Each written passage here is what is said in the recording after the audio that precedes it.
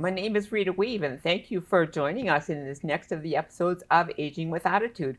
For those of you that have seen the show before, Aging with Attitude is a show primarily targeted at the 45 to 64 demographic and those that support them, either younger or older than that.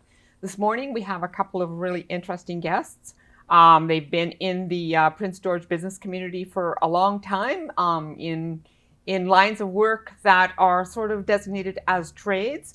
And they're still going strong in their 70s and 80s. So with me this morning is Jerry Gauthreau from Stevenson Shoe Repair, which people probably know from down on the corner of 4th and George, and Peggy Zettl from Loxx Hair Academy, who changed her career as well after she got her first pension check. So with that in mind, I'm going to start in with my first guest. And Peggy, I'm just wondering your background and why you choose to get into the hair business and training other people to do this after you received your first pension check. So I always wanted to be a hairdresser, and growing up, my mother didn't think that it was a good career. So I did many other things. I worked in the forest sector for 33 years. And when I was getting close to retirement, I said to my husband, I want to be a hairdresser. I'm going to get my degree in cosmetology. Well, circumstances pushed that a little bit, and I lost my job, and so moved into the cosmetology industry and went to school to become a cosmetologist, and the rest is history. I'm still running the school along with my staff. And interesting. So you get to see people that are coming up behind you and teaching them and creating a legacy for yourself then, right? Sort of? Yes. Okay. Yes. Interesting. So I'll go on to you, Jerry. Now, you used to be in the newspaper business, is that right? Yes, I was. Explain what got you into the shoe repair business and when you did that. I was in Penticton, one of the many newspapers I worked for. I'm a certified printer. That was my first trade. Then I met a fellow, I knew a fellow for quite a few years, and his father was Steve. That was his grandfather. He had the Steve Shoe Repair, and his grandson was talking to me. So what do you say we open one up? We should do okay. Everybody has shoes, they walk. And I thought of it, and he explained a lot of it to me. And then I've always loved working with leather. I cannot do anything with wood. I couldn't make a toothpick. If I tried, I'd probably get a splinter. But leather, I can do anything. It's magic to me. Everybody has something in their life that they're very good at. Some people will recognize it and do it. Others, I don't like doing that. When that is the God-given gift that they have. It's in the hands or it's in the mind, whichever. So, yeah, I thought it sounds like a good idea to me. Well, I thought I was insane.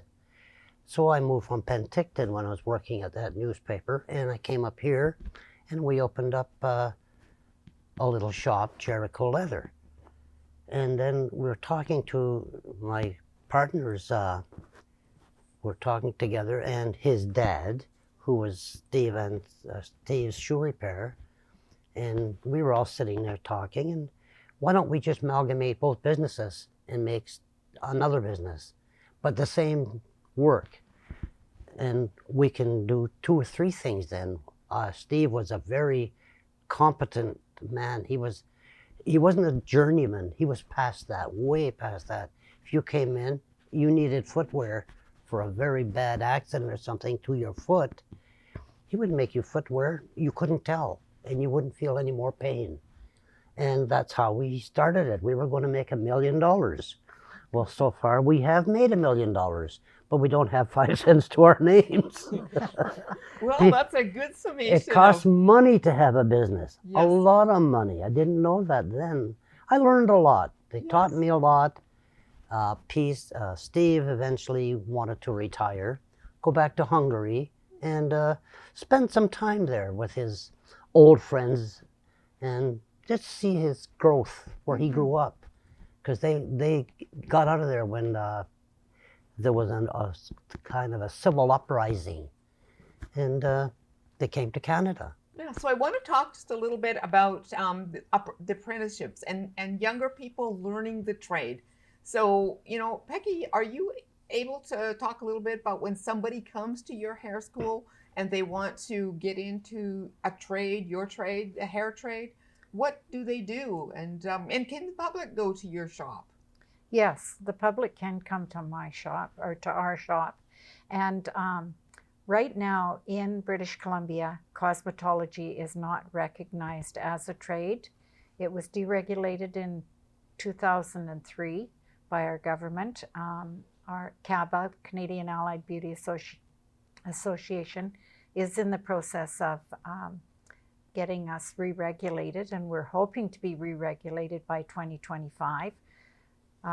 But to the people that are in the industry and that have been in the industry, it is a trade. People that are in this industry are always very talented. It's just a very different kind of talent. We're very artistic, different canvas. You're using hair instead of a white piece of paper.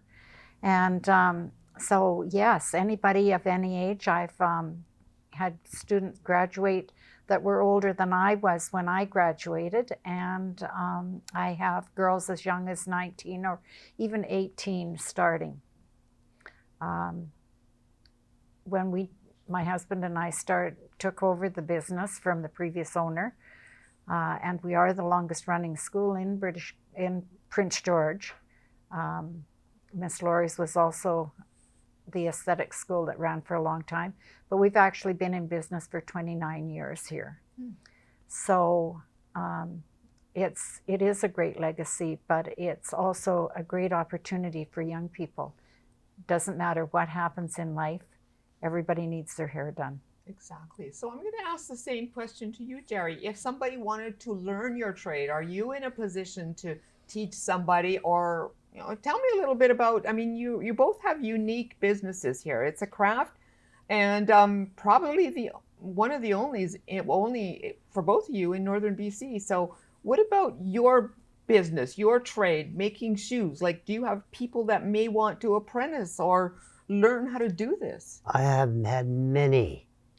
I call them the 30-day wonders. They're there for about 30 days, then you wonder, are they coming to work? I don't think so. I haven't seen you for 30 days. People want to learn it thinking it's very simple, easy. You'll find out it's not. You can destroy a piece of footwear or whatever a person brings in, and they bring everything in that you can shake a stick at. Some things, no, I don't have the equipment. They do want to learn it, but they don't realize it. You got to work, and you have to work hard. I'm at the point now where I'm swamped. But people say, well, you should hire an apprentice. I'm so tired of hearing that. I just tell them, well, and how much are you willing to pay them? Well, I'm not going to pay them. Well, then they're not getting a job here. My apprenticeship, I started off in newspapers. That was a 6-year apprenticeship. And I eventually can do whatever it takes to put a newspaper out on the stands. And at one time, I was a foreman and whatnot in that business. And the fire was in my belly, so to speak. I lost the fire. I just had no more interest in it. Then I got into this with my friend, and the fire was back. But it was towards this type of work. You have to be skilled with your hands. It's a mental thing. You give them 100 numbers in a second, they can tell you what it adds up to. But that's their God-given gift. Mine is right here. Mm-hmm. I lose these, or damage these, yeah. I'm in trouble. So curious, from both of your perspectives, like does this hamper the typical retirement? Like many want to travel or do whatever, but how do you feel about what you're doing? And I'll ask you first, Peggy.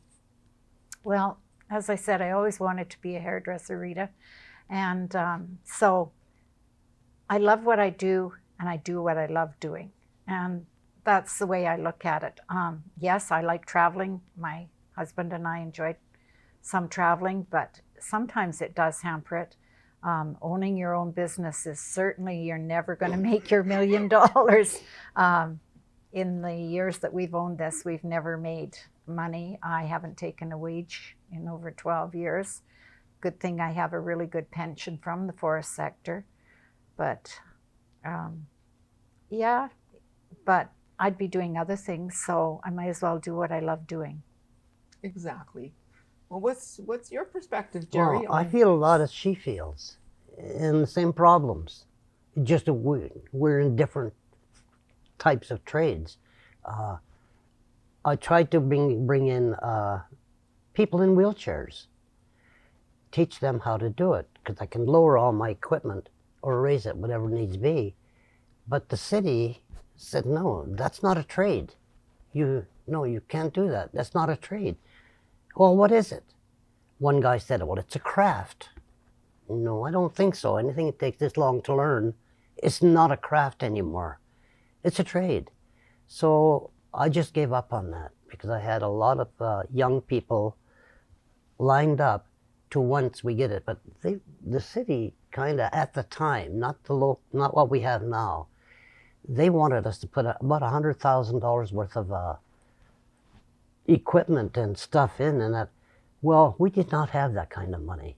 You're just starting out, after about 10 years. So we gave it up, and then Steve decided he wanted to retire. Steve was the founder of Steve and Sons Shoe Shop. And he was going to go back to the old country and see his friends if there was any left, and come back and just get old. As I found out, when you're 80 years old, you're not a child anymore. You're not a kid. Things hurt that you didn't know you had. And I'm glad I got into this because I'm inside, it's warm, and I control the temperature. Whether you make a lot of money, you will make money, but your suppliers want most of it. The government wants the rest. What's left over is the change on the table. That's how I ended up getting into it, and I love what I do. Mm-hmm. I don't hate going to work. I speak to so many people that, oh, my job is just giving me ulcers, it's killing me. I got to get into something else. You're in mid-50s, nobody wants you anymore. You're dry wood in the back of the shed. And that's the way it happens. We all are aging. Right. Could I'm curious. You've both been around for a couple of years, and you've probably seen the business industry, the business climate in Prince George. So, Peggy, maybe you've been around for a long time, and what have you seen change in, say, the last 25 years? In Prince George? Yes. Prince George, although it hasn't really grown, has grown in a lot of ways. We do have the university now. We've got an expanded college, and we do have a lot of opportunity for education. Has it really changed? No, not really. People in Prince George still have the friendly atmosphere. We're a small town that's becoming a bigger city, and I deal with from university students, young people, right up to seniors. Lots of seniors come to our school to get their hair done because they can afford it, and it's different than paying salon prices. Mm-hmm. I've been in both of your shops, and I really like going to both of your shops, and so just as one that has sort of been there, done that, that's why I'm asking these questions. And Jerry, just kind of wondering from your perspective, that 25 years that you've been around, what have you seen change, or have you seen any changes? The one change that I haven't seen, the people, as you just said, are friendly. We're a one-horse town, but we're a city. You'd ask somebody something, instructions for how to get somewhere, or where can I purchase this, to a stranger on the street. They probably can tell you, and probably take you there if you want. But Prince George is growing all the time. I see it. We have the Ramada Hotel, which in time of a building, that is a new hotel. across the street is there is another building there, for it's owned by, it's not owned, it's kind of a thing about lumber, wood. And right behind them is another one. And every time you turn around, if you don't travel through the city, because it's a wide city, and I love Prince George. I hated it at first. Couldn't get out of here fast enough. I went to Penticton and found out Penticton is a beautiful town too. But the heat just drove me right back out to Prince George. And from there on in, it was a love story for myself. I just love Prince George. I can go camping, fishing, whatever I like. It's always available here. And as you were saying, we have all the amenities. We have a great hospital. We have a great university. What more could you ask? Because the university wasn't supposed to happen. But that was the time, I believe it was the NDP government that said, yes, they can. So we started, somebody started a thing, $5 each for everybody. And it'll be a university your kids can go to. And both of my boys graduated from university. One is a socioanthropologist, and the other one works with the people on the street and the senior citizens that need the logging is finished. It's drying up quite quickly.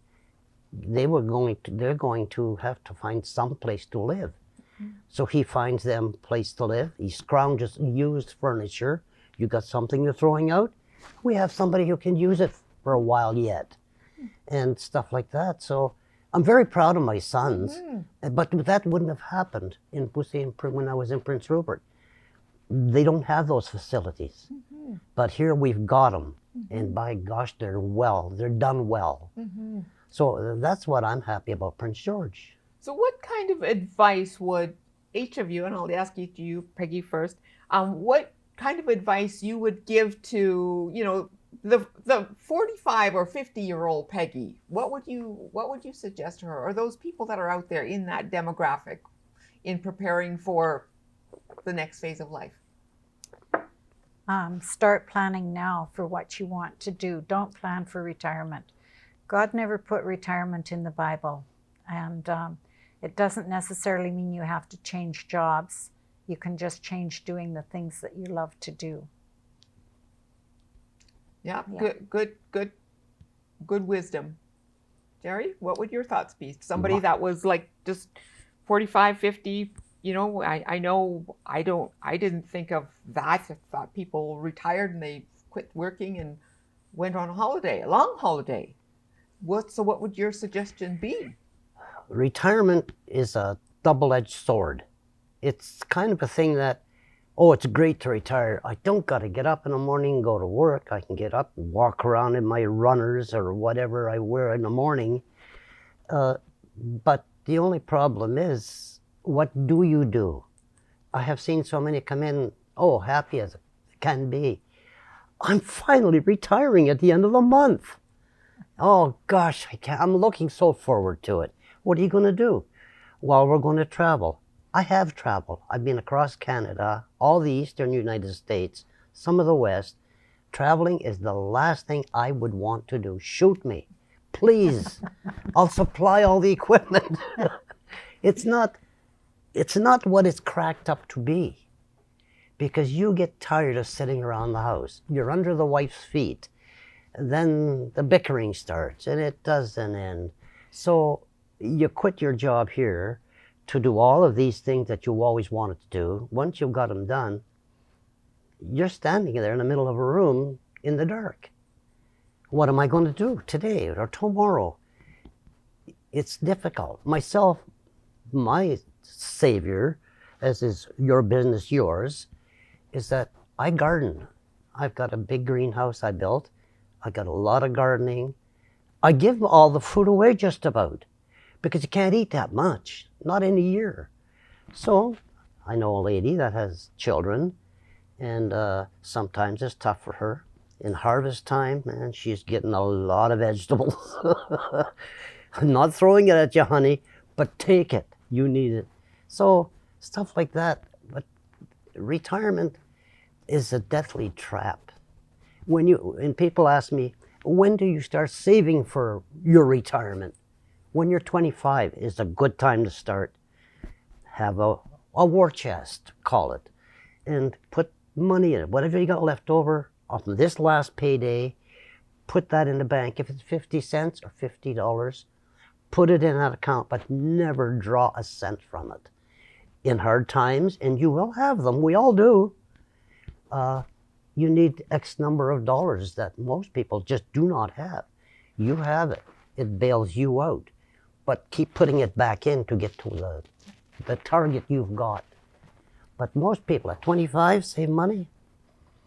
I did, but I'm one of the few. Yeah. I kept putting money there, money left over at the end of the payday period that you've spent for groceries for your 2 children or how many you have. It works well.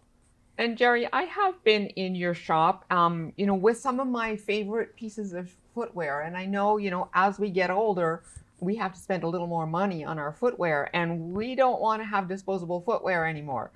And so, I know I've been very impressed with the work that you do. And, you don't charge a whole lot for it either. I shouldn't say that, but, I've been very pleased. Okay. And same with Peggy. It's, I've been in your place as well. So, so we're just winding down our show, but just before we do, just some final thoughts from each of you. We've just got a few minutes left. Peggy, do you think there's anything that we missed that people should know about out there? The only thing that I can think of that really is, like Jerry said, do what you want to do. And if,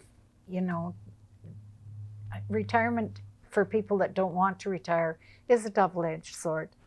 And do I want to travel? I love traveling. I just got back from a trip. But I get up every morning, Monday through Friday, and go to the academy, and sometimes even on Saturday or Sunday. I love my job.